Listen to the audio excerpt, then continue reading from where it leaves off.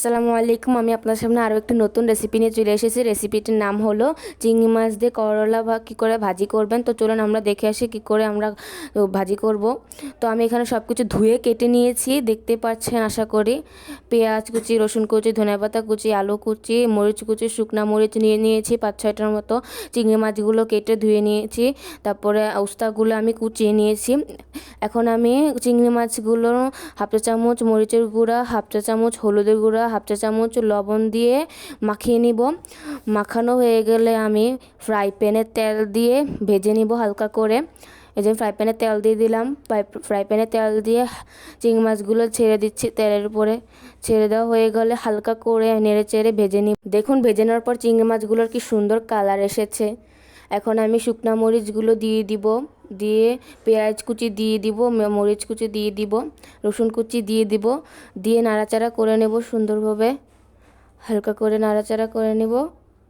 যখন বাদামি কালার আসবে তখন আমি আলু কুচিগুলো দিয়ে দিব, উস্তা কুচিগুলো দিয়ে দিব, দিয়ে আমি সুন্দর করে নাড়াচাড়া করে নিব। দেখতে পাচ্ছেন কি সুন্দরভাবে আমি নাড়াচাড়া করে নিচ্ছি।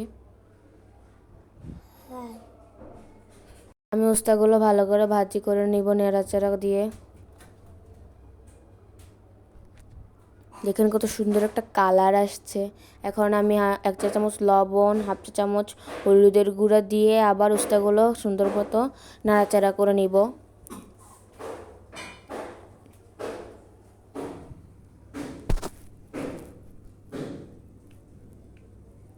সুন্দর মতো নাড়াচাড়া করে নিতে হবে, যাতে হলুদ এবং লবণটা উস্তার সাথে মিশে যায়। এখন আমি ধনিয়া পাতা দিয়ে উঠিয়ে নিব। দেখেন নামিয়ে নেওয়ার পর কত সুন্দর একটা কালার আসছে, এবং এটা খেতেও কিন্তু অনেক মজা ছিল, পুরো ইয়ামি। তো আসসালামু আলাইকুম, আমি আপনাদের সাথে বিউটি কিচেন হোম থেকে বলছিলাম। সবাই আমাদের চ্যানেলের পাশে থাকবেন, লাইক সাবস্ক্রাইব করে। আপনারা সবাই আমাদের জন্য দোয়া করবেন এবং আমারও দোয়া রইল আপনাদের সামনে। আসসালামু আলাইকুম, আল্লাহ হাফিজ।